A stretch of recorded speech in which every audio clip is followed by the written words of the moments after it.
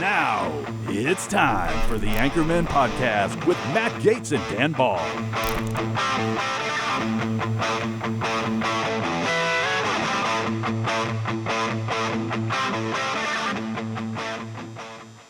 Welcome back to Anchormen. This is Matt Gaetz. I'm host of the Matt Gaetz Show here on One America News, and we like to go into tradecraft sometimes, the things that really impact the shifting of politics and power and media.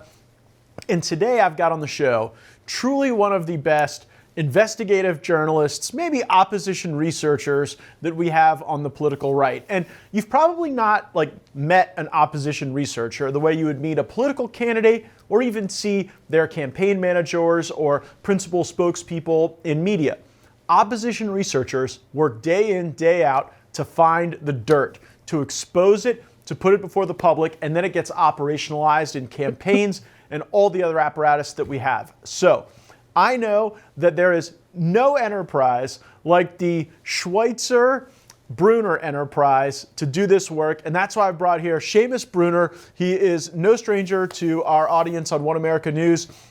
But Seamus, maybe just to set the stage a little bit for my audience, talk about you and Peter and how you guys got to working together and how you decided that what you wanted to do in life was expose the worst moments, worst deals, and worst relationships of incredibly powerful people. Well, thank you, Matt, for that introduction. That was great. I wanted to go into politics. I studied political science, international affairs, thought I wanted to go grow up to be like Matt Gaetz, and then I met Peter Schweitzer and realized I don't want anything to do with that. Everybody's going to come after you with daggers. So I decided to become one of the people with a dagger and investigate the corruption. It's a whole lot more fun. It's like shooting fish in a barrel. You just follow the money, and you never know where it leads, but it usually is to corruption. Yeah, following the money is your expertise. It's what you and Peter do better than anybody in the business. And there's so much in the news right now about what the other side tried to do, converting opposition research into this counterintelligence investigation, ultimately really a criminal investigation of President Trump and his family. And when the media first start to grab a hold of this, when the media says, aha, we caught Donald Trump Jr. trying to get dirt about Hillary Clinton on the Russians, chairman of the Trump campaign, Steve Bannon, came out and said, this is crazy. We didn't need to collude with the Russians to get opposition research on Hillary Clinton. We had all of it we needed in the book written by Peter Schweitzer and Seamus Bruner, Clinton Cash. And so that really is where all of this starts. We're going to get into the Biden stuff and then also the Antifa stuff that you're all over right now. But this began with you and Peter writing the Clinton Cash book. It was a great book. It went through how they used the power of government to monetize their own lifestyle. For those who haven't checked it out, for those who need to, what's the principal lesson people are going to draw from it, and what are some of the searing moments in Clinton Cash that really caused that book to be revered as one of the greatest pieces of opposition research ever? Yeah, I mean, that's probably my favorite investigation we've ever done. That's where I cut my teeth following the money. Schweitzer gave me a foot-tall stack of Clinton Foundation 990s, literally printed out back then. We didn't have the tools we have now, just Excel and PDFs, and said, make sense of this. So I put all of the Clinton Foundation 990s into a spreadsheet, started sorting from high to low dollar amounts. And what do you know? I mean, foreign governments, foreign businesses, it's like, what the heck? And then we did some analysis, found that the numbers to the Clinton Foundation, the numbers in the speaking fees skyrocketed really around 2008. I mean, usually when a president leaves office, the numbers start to go down. They get a big surge on the speaking fees, and then they kind of taper off. When Hillary Clinton announced that she was running against Obama in 2008, they skyrocketed, and then they only got bigger from there through the Secretary of State tenure. Then we started saying, well, what are these people paying for? And I just did a site search on state.gov. Russia, Bill Clinton's in Moscow. He's getting paid $500,000 for a 30-minute speech. What's going on at the State Department? They're negotiating New START treaties. They're doing nuclear deals. They're doing all kinds of stuff. including selling our uranium and approving that sale of Uranium One. I know you were all over that when you were in Congress. It was really, really fun times. The key takeaway was before that book came out, Hillary Clinton was soaring high on like a 60 to 70% approval rating, even amongst Republicans. You can't believe it, but it's true. I mean, back then, at least that's what the press would say. From there, it tanked. And a lot of people said, oh, but her emails. It really wasn't about her emails. The reason that people started to doubt her, I mean, yeah, the email scandal was big, but it was the fact that it was pay to play. They were selling foreign policy to the highest bidder, to America's enemies. And, I don't think, no one looked back. On the Russia part, the whole Russiagate scandal became a scandal because James Comey, Andrew McCabe, there were 5 FBI field offices investigating Clinton cash. They were starting to make its way to the Washington field office, the hub and HQ. And Andrew McCabe specifically worked with James Comey to shut those down. We now know that. And so at the same time, it was just like a month later, after they're shutting down the Uranium One investigations for Clinton, they concocted this projection deception thanks to the Clinton campaign and Fusion GPS. It had the added benefit of getting FISA warrants and totally framing President Trump. But back then it was crazy, like that the FBI worked hand in glove with the Clinton campaign to not just protect Hillary, but to project onto Donald Trump her own malfeasance. And the incestuous nature of that really was laid bare when you saw that Andrew McCabe's wife was soliciting Hillary Clinton's endorsement in a state Senate campaign, while the Little Rock, Arkansas field office of the FBI gets your book, gets your research, and they open up this investigation. When you published this, did you really think the FBI was going to almost pick up your book like a manuscript to the bad dealings of the Clinton family? I did not think that at all. I mean, it was shocking stuff. I mean, I was pretty new to this stuff back then. I mean, we're talking 10 years ago. But no, I did not expect that at all. I would say, by the way, a much lesser known book, not as famous, was a book I wrote with John Solomon titled Fallout. And chapter 5 is titled Clinton Crash. It's a wonderful chapter. I read it recently going down memory lane because after all the WikiLeaks emails came out, the Podesta emails, we found what the Clinton campaign was doing at this time. And so you had Huma Abedin and Robbie Mook and all of the Clinton surrogates freaking out that there was this new book coming out. And they're like, I think David Brock can get a copy of it. So it's pretty great behind the scenes look thanks to the John Podesta emails of what really went on. And it's kind of surreal. I mean, they really freaked out about it. All of their internal campaign polling, according to WikiLeaks attachments, showed that the Uranium One issue was her biggest liability in the campaign. The fact that the Secretary of State would approve a deal to now, I mean, especially in going back and looking at it in light of the Ukraine and Russia war going on, it's like this was, borderline treason. You described something called the Clinton blur. And it is the intersection of policy, purported philanthropy, and profit, all whirling together. And what's so interesting about looking back at that chapter now is it's kind of the same thing as the Biden blur. And it's actually an archetype for a lot of powerful people in Washington who are able to convert power into personal wealth. Take a moment and just describe the Clinton blur.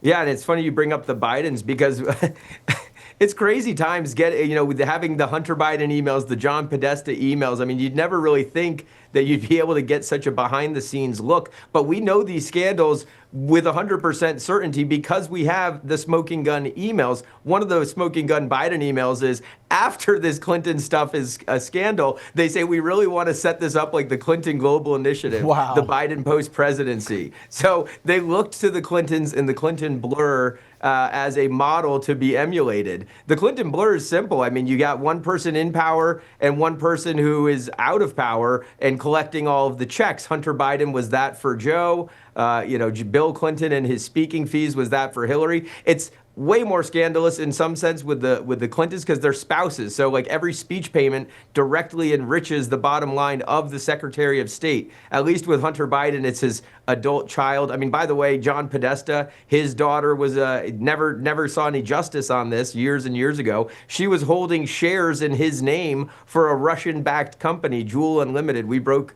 that story. The Daily Caller did some good reporting on that as well. But John Podesta, his children, of course, John Kerry with Chris Hines. When you have these adult children going around, and the brothers, of course, of Joe Biden, the blur is having one person collect the checks while the person in power gives I mean, it's bribery by any other name.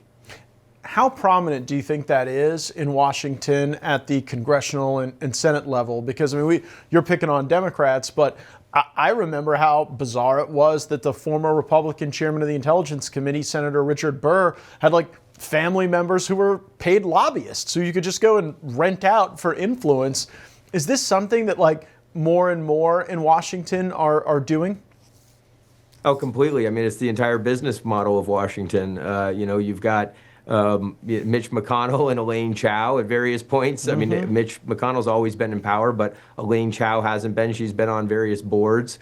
You've got even people I would consider pretty good politicians and people who are fighting the good fight. Ron Paul's family had a lot of people at least on the payroll, and so it's a scale, it's a spectrum. I mean, having your wife and your family on the campaign payroll, that's not necessarily corrupt. It is self-enrichment to a degree. But when you're selling policy, that's when it really crosses a line. So I would say everybody in politics, their family, has family members also in politics who benefit from the proximity to the person who is in power. I just discovered a couple of months ago when I was looking at the EPA gold bars off the Titanic story, Senator Sheldon Whitehouse was griping extra loudly about the attempt to bring back some of this money that had been dumped into the pockets of Biden allies right at the 11th hour of the Biden administration.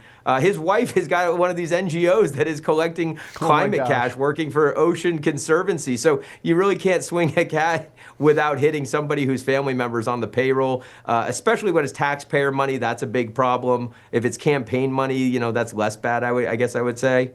Yeah, we had that with the Bernie Sanders dynamic as well, where he and his wife were getting very rich off of some of the donations that people were making $10, $15 at a time through kind of this veiled theory that his wife was placing the media buys and thus was entitled to a huge off the top percentage.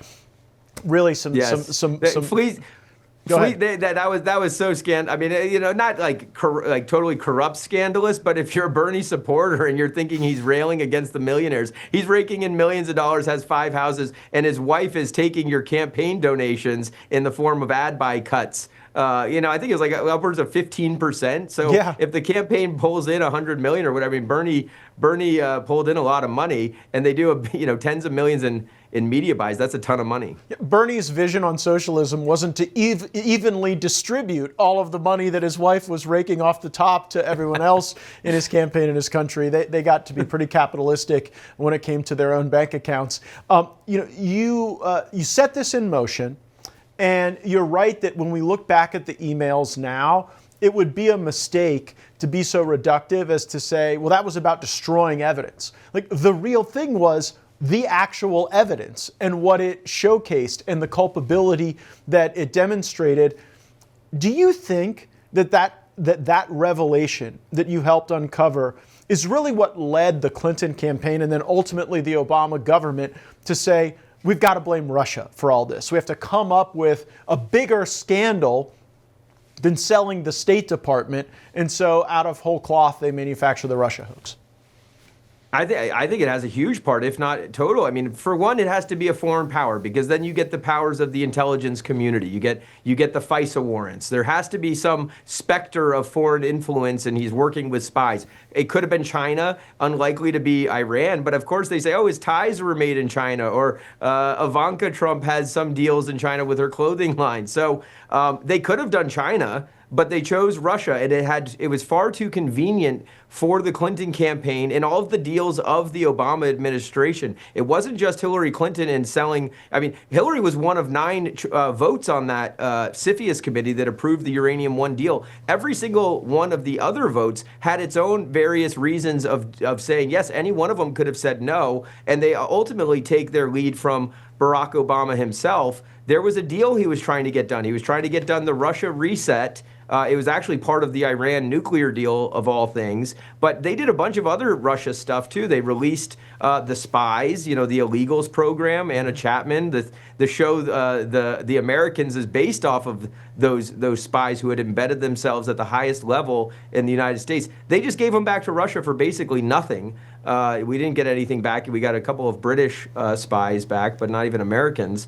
They canceled the missile defense in Poland, all of the deals. They basically, the Skolkovo deal, which most people don't know about, but America helped Russia build a form of Silicon Valley outside of Moscow that turned out to be helping build its hypersonic missile capabilities, as well as its hacking capabilities, which is obviously ironic that they would blame Russian hackers after the State Department partnered with Russia to advance their tech capabilities.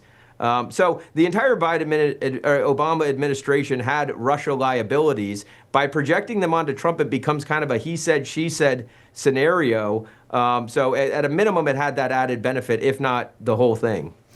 So much of U.S. foreign policy during our lives has been directed to stop the Sino-Russian fusion. It's not a good idea for the largest seller of energy to be aligned with the largest consumer of energy against American interests. And so we've kind of played them off of each other. But they also play us. And I'm wondering if you think all of the connections that Hillary and the Bidens and Obama himself had to China may have informed how they were thinking about Russia. Yeah, I mean, the China connections are perhaps more insidious than the Russia ones, because there's actually, I think the security establishment actually does hate Russia, wants this Russia-Ukraine war to keep going. But the China connections are even deeper. So, I think you're right on that. I am most troubled by those China connections that were funding all the people that ended up in the Biden administration at the Biden Center of UPenn. UPenn just stops complying with the law when it comes to disclosure of a bunch of their foreign gifts. And meanwhile, you've got Blinken, a bunch of the people that end up at the NSA, using an academic institution to take in money that they otherwise wouldn't be able to take in. So then it has them, quite beholden to China. And I would suggest, as we look at this war with Russia and Ukraine that was allowed to happen because of Joe Biden's various follies, that has inured greatly to the benefit of China. Like, China is buying out Russian assets in Cuba. China is buying out features of Eastern Russia. They've got to just be laughing at us as our politicians have become compromised in the ways that you've described. Yeah, completely. I mean, the whole entire Biden administration was filled with people who had previously been on China's payroll. Tony Blinken, as you mentioned. I mean, you had WestExec with all kinds of China connections. I don't think anybody's Chinese connections were worse than the Biden families. I mean, the deals that they made, $1 billion private equity deal backed by the Bank of China, that Hunter and Frank Biden, I mean, they were getting $100,000 preloaded credit cards for shopping sprees, that the whole Biden family was basically on the payroll of China. And Hunter Biden admits on audio on his laptop, I don't know why he would record himself, but he says, I'm in business with the effing spy chief of China. I mean, there's so many smoking guns on the Hunter Biden laptop, which is why and it's really actually unsettling that the intelligence community, I mean, back to what you started with here, that the intelligence community would all circle the wagons, say it's all fake news. It's like, who are they working for? You have 51 former spy chiefs and spy officials saying that it's all fake news when it's actually prima facie evidence that the Biden family was corrupt. Where were the FISA warrants on Hunter Biden and his business partners? Why wouldn't they try to get him out of the race the way they did Donald Trump with Russia? I mean, they should have gone to Joe early on when there was still a primary and said, look, we know what you guys have been up to. This isn't good. It pretty much indicts the entire surveillance state. I think I know why they didn't do that, though. They were very comfortable with Biden. Remember, Biden was a guy who was a long-time Senate Foreign Relations guy. He had this romanticized view of NATO in his mind. I'm sure he was reliving World War II, normative geopolitical discourse over and over again. And so they thought they could control him. So even if they knew that stuff, which they obviously did, you wrote a book about it, they didn't want to replace him with someone who might demonstrate any type of independent thought. And fortunately for them, I guess, in their own minds, Kamala Harris is not capable of independent thought. And so she was a suitable replacement when it came time for them, just not a suitable replacement among the voters. Having written these books about the Clinton corruption and the Biden corruption, we see the similarities in the blur. Where are they different? Maybe just the stupidity of Hunter. The Clintons were a little tidier than the Bidens, but where would you say, no, there's a unique feature of how the Clintons did it or the Bidens did it that deserves note? Yeah, well, I think you're exactly right on that point. They wanted someone they could control, the intelligence community, that is, and so that's alarming. I mean, that they would risk strengthening China, compromising the White House to China just so that they could control the president. That's really scary stuff. Where they differ, I mean, the Clintons are just far more shrewd, ruthless. They have way better bookkeeping skills. It actually has the aura and patina of a legitimate enterprise. Oh, I see what you did there. I see that was very, very creative use of. We're going to make the viewers Google that. That was a nice little nugget you left them. Whereas the Bidens were, I mean, they were just sloppy. They got away with it, I guess, for the reason you just mentioned, that he's a perfect puppet to control by various powers in the deep state. But yeah, just the sloppiness of the Bidens. At the same time, the scale. I mean, I never saw a $1 billion private equity deal backed by the Bank of China with the Clintons. I mean, you've got the $500,000 speech from the Kremlin bank to Bill. You've got the Canadian investors. That was $100 million for the Uranium One deal. But I mean, the scale of that Chinese deal, and I think that there's still money hidden away. I know a lot of people believe that the Bohai Harvest thing, that stake that Hunter had, and they've always said, oh no, we sold the stake. There's really no way of us proving that. Law enforcement would have to do that. But we've got reason to believe that it was transferred maybe to the brother, Sugar Bro, Kevin Morris, who may be holding it until all of the smoke clears. I think maybe it's back in their hands. We couldn't know because there's no more financial disclosures. So the Bidens seem to have gotten away with it, just like the Clintons did. I will say that they will both go down as among the most corrupt, if not the most corrupt, first families in American history. And that is a form of justice. Do you know who stole more? Who stole more from the American taxpayers? Well, you just when I say steal more, I mean grift more. I mean who do you think came out of this having sucked more actual dollars out of the system, the Clintons or the Bidens? Let's see, the Bidens, I think the Clintons probably. Wow. The Clintons, they had their the Clinton Foundation got $2.5 billion, if not more.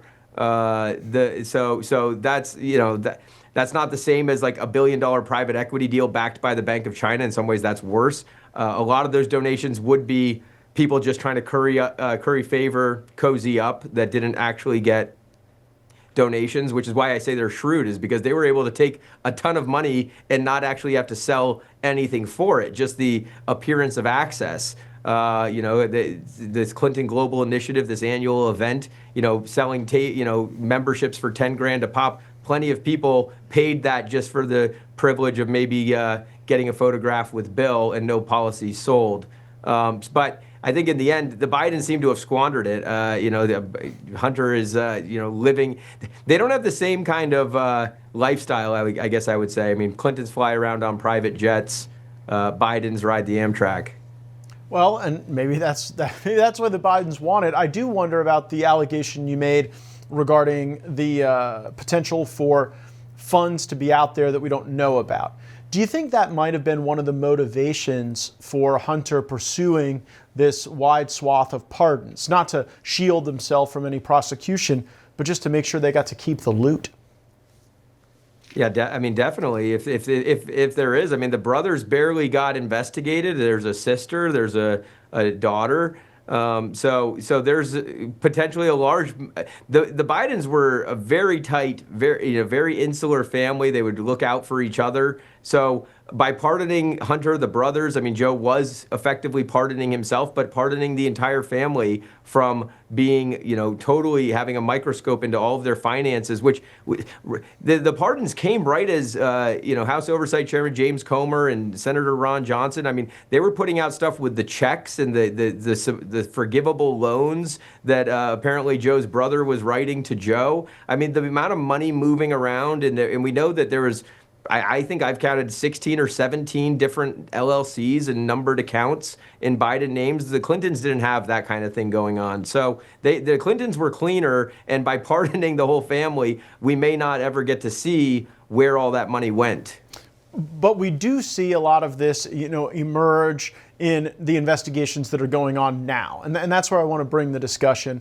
I believe there is a major conspiracy charge coming that could include Obama, Clapper, Brennan, Comey, McCabe, even some of the people who were involved in the Mar-a-Lago raid, because they were taking back from Trump his evidence that exculpated him and implicated other people in wrongdoing around the Russia hoax. Obama famously has this meeting on December 9th where he draws these folks together. What do you want to see in the application of criminal law to that enterprise?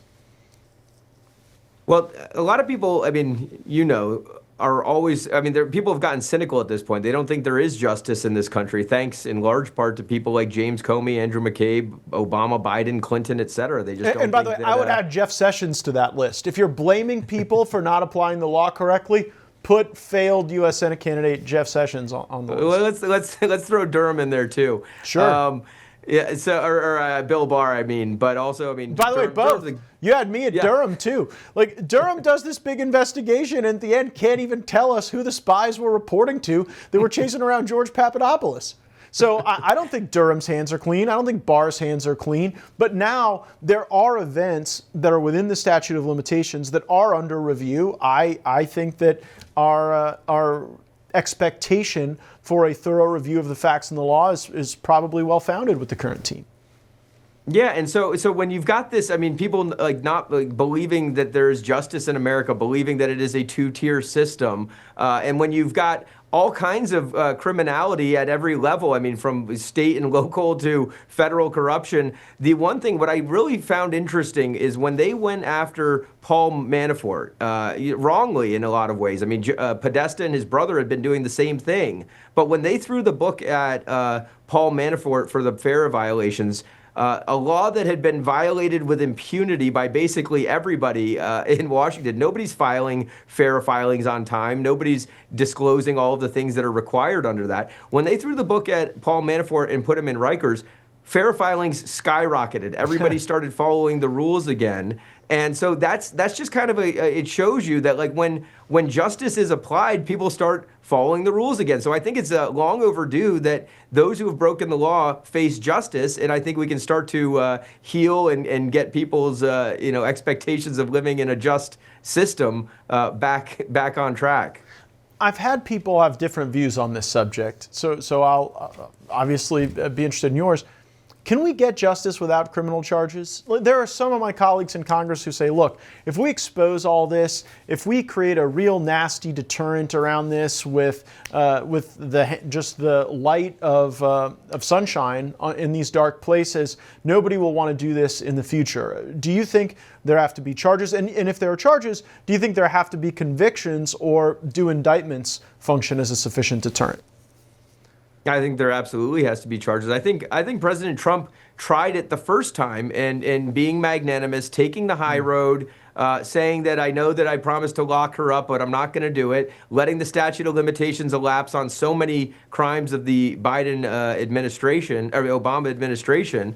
And so he took the high road and they threw it in his face. And they've only gotten more bold about it. They've only gotten more radical on the left. Now, here's where it gets a little dicey about not taking the high road and trying to, mete out justice in the strongest form possible. Is if you take a swing and you miss, the government party is going to come after everyone. We already saw them do it. I mean, they locked up, not just the January 6ers, but so many people close to Trump. I think I saw over 50 people. I mean, Steve Bannon, in various forms, the government party punished them. Trump himself got punished with charges that were totally ludicrous. And so it's on the one hand, it's getting justice. On the other hand, it is a bit of vindication and vengeance, which people do want to see. But if he doesn't see it through, then it's going to be like twice as hard and everybody's going to jail. Is Congress an appropriate forum, to resolve some of those misdeeds? And I ask this because it did feel good when we had some of these bad guys before us to grill them, ask questions. I think one of the reasons John Brennan has been referred for criminal prosecution is because he lied in a deposition where I was asking him questions. At the same time, Congress can't lock anybody up. They don't have charging authority. If you were there advising, the Jim Jordans and James Comers, how would you direct that congressional authority and direction and congressional energy to its maximum effect? I can't tell you how many, on the one hand, it's like, people talk about sternly worded letters and never getting any accountability from Congress, and it's a lot of TV moments. On the other hand, I can't tell you, Senator Ron Johnson, your work when you were there, the number of reports and information that you guys are able to get and put out into the public light and shine a spotlight on this stuff. You're able to get documents that we're not able to get. It's amazing what Congress has been able to produce, whether it's Oversight Chair James Comer, Senator Ron Johnson. I mean, I'm looking at Grassley letters from decades ago in productions that are fantastic. So I love the work that Congress does in the oversight and investigations capacity. I would say keep going. What do you think's underutilized there? Where do you think they need to look more and they haven't yet? Well, I think about this a lot. I don't know, you know better than I do, but the subpoenas, they have to be signed off on by liberal judges, so that's why it's so hard to get them to be complied with. I know that the subpoenas, we wish there were more of them for all kinds of stuff. I also know that Congress can only do so many things at once, and there's so much corruption to uncover. So yeah, I can reveal a little bit about that decision making because I was frustrated at times when Democrats had the January 6th committee. It was clockwork. Somebody got a letter saying you have 15 days to show up and give us the testimony and documents that we are asking for. And if that did not happen in 15 days, on day 16, a subpoena was issued. So you've got to have some accommodation, but with the Democrats, it was like clockwork. I, at times, was frustrated that with Republicans, we'd send a letter asking, and then they'd send a letter back saying, we should have a phone call about this. We'd schedule that for about a week out. We'd have a phone call. Then we'd decide on the phone call what we really needed was an in-person meeting. Everybody would get together for a meeting. Well, then at the meeting, we decide what really needs another meeting at another time. And I'm sitting there saying, get these people under compulsory process. Now, the limiting principle on that is if Congress issues a subpoena, you're absolutely right. The person receiving it could go to a judge in Washington, D.C. You don't see a lot of them with MAGA hats in their old Facebook profiles, right?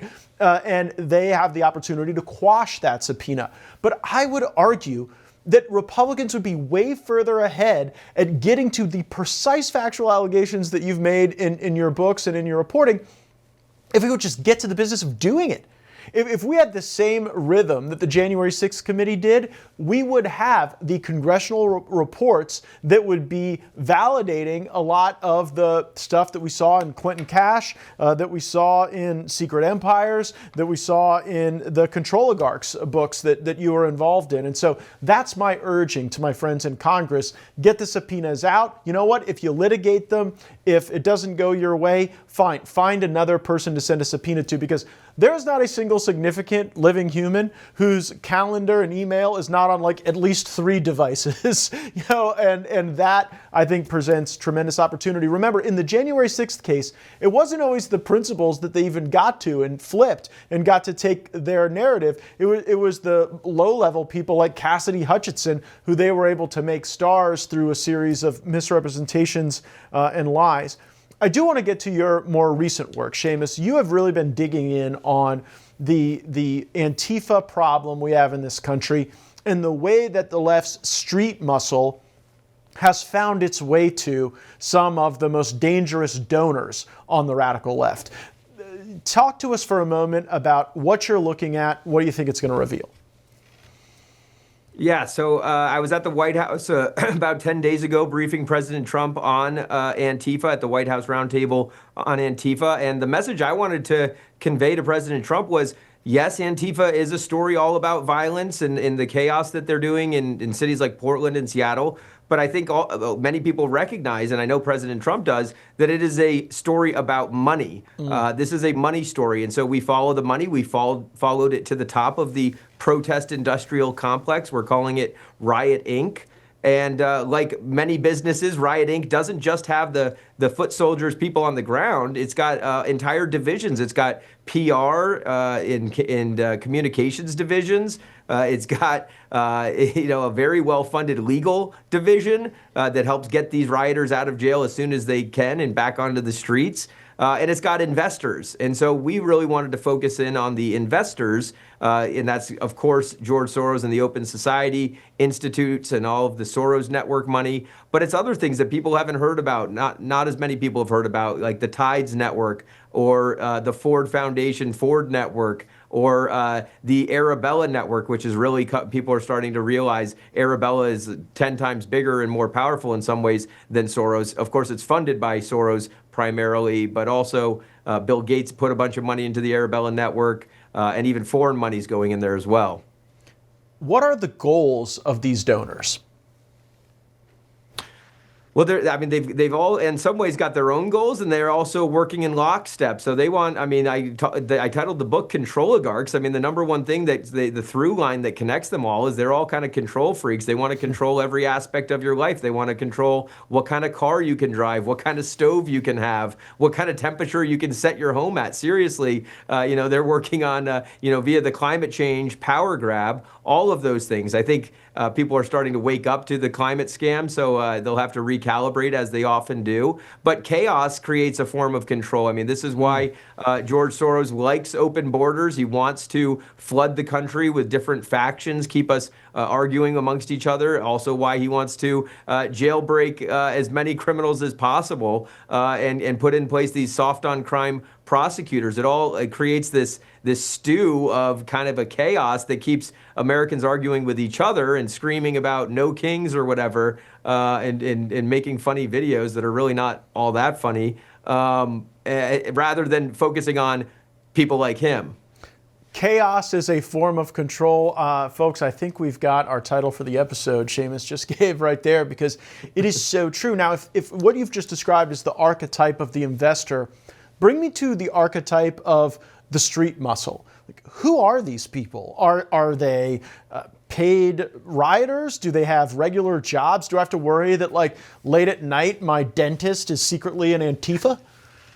I mean, actually, you might have to worry about, well, no, dentists are probably fine, but, certainly the teachers that might live nearby. I mean, it's a staggering number of teachers. I mean, you had this one who was pantomiming Charlie Kirk's assassination. And so while it's plenty of memes have been made, this is really sick stuff. So, no, not every protester is paid. A lot of them ruin their Saturday, an otherwise beautiful Saturday, for free. But then there are thousands and thousands of paid professional organizers, professional protest groups. There's companies that dial a crowd companies. I mean, I wouldn't say that the whole thing is that, or even a significant portion. But again, there's this entire ecosystem and these groups. I mean, the list, we have thousands of grants going to these groups and dozens, hundreds. I mean, there's over 200 official No Kings partners and organizers on its website. I mean, just a staggering number. So you've got things like the ACLU, 5051, 350.org, and then like there's other ones, Dream Defenders, the Ruckus Society. We mapped out every single one of these professional protest organizations, came up with a number, and this is a conservative estimate, $294 million, according to the latest IRS 990 documents. And again, that's conservative. I mean, if you bring in even more groups with, like we're just mapping the Arabella, Soros, Tides, Rockefeller, and Singham networks. But there's there's the Packard Foundation, there's the MacArthur Foundation. There's all these billion dollar foundations out there that are also funding these groups. So again, 294 million's on the low end. If you brought in every left-wing funding network, you'd have over $1 billion, I'm sure. And when you're able to lash resources like that to people who are willing to do harm, it can become very violent and very dangerous for the country. We certainly saw that during the George Floyd riots, and we seem to be seeing an effort to reignite that. And there are folks who would say, I'm not violent, I'm not Antifa. I went to my local No Kings rally to hang out with my boomer friends and catch a little pickleball afterwards. But I wonder whether or not the worst features of Antifa use those gatherings, those bigger gatherings like No Kings, for recruitment. What have you learned about how Antifa recruits people to become violent? Oh, absolutely. Antifa is extremely well organized. And so you're 100% right. Recruitment for sure. It's also a way to gather, both for Antifa and for the Democratic Party. I mean, this is a huge pre-2026 mobilization effort to get all the numbers and the text messages and start getting cash from people who are fired up, segmenting and doing kind of market analysis on who's the most fired up. But as far as Antifa, definitely a recruiting area. The type of people who are in Antifa are pretty disturbed individuals. I think they were radicalized a long time ago, many of them, usually through the school system. They probably had a teacher like the one you saw pantomiming a Charlie Kirk assassination. Recruitment. Antifa, by the way, they're going to, I mean, as this crackdown continues, thank goodness that the judge is allowing the National Guard into Portland. I'm talking to reporters on the ground there. It's still chaotic days after it's basically been like one long riot running for months outside this ICE facility there. Once the crackdown really happens, and we're already seeing signs of it, they're going to drop the Antifa label. They're calling themselves anti-authoritarianism now, like anti-auth or something. So they'll change the name. They'll call it mutual aid, like Rose City Antifa. It's now Rose City, like mutual aid, or they dropped the Antifa, but they are still extremely well organized. They're networked. They've got all kinds of, they use all the encrypted messaging apps, all of these decentralized funding platforms. There's a couple that we've sent to the FBI to look into. No Kings is definitely a recruiting ground. And it's also kind of like a place to like hide out and like hide out amongst the boomers and then create chaos in, the cities that are usual hotspots. Hiding out amongst the boomers is how I've spent most of my life in Florida, but for a very different purpose than like throwing a Molotov cocktail at an ICE facility. I wonder how violent this could get and how high the acuity could get. If we look back at the summer of 2020 as an example of tragic, people were killed, law enforcement killed, federal property destroyed, but you saw a lot of the Molotov cocktail approach to violence, not mass casualty events. If unchecked, does Antifa have the capability to create more mass casualty events in our country? Oh, absolutely. I mean, right after the Charlie Kirk assassination, we looked into this group called Armed Queers of Salt Lake City. And, there were reports that it was under investigation for connection. At this time, there's no evidence that they were. But what we found out about Armed Queers of Salt Lake City is it's this gun club of, I've seen pictures of 30 or so of them with, high-powered rifles, which we're totally fans of the Second Amendment, don't want anybody's Second Amendment rights to be curtailed at all. That's not a sign of anything. What was really damning, though, is that they all flew down to Cuba and got this Marxist revolutionary training funded by Neville Roy Singham, the the billionaire living over in China who's funding the People's Forum, which funds like, the Party of Socialism and Liberation and all of these other Code Pink, like really, really radical organizations.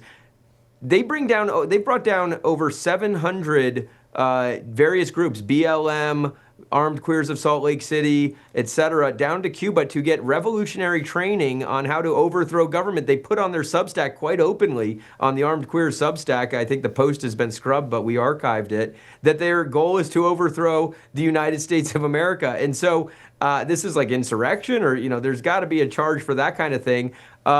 The fact that they're training and they actually get former Marines various U.S. service members who are experts in weaponry, have been trained on our tax dollars, who have become radicalized somehow, are now training these groups. And, one that the Armed Queers of Salt Lake City was partnered with, did a training with, is called the John Brown Gun Club of Elm Fork. Well, one of its members shot an ICE officer in Alvarado, Texas. So thankfully the ICE officer survived, but he easily could have died. Then you had the more recent attack on the ICE facility in Texas.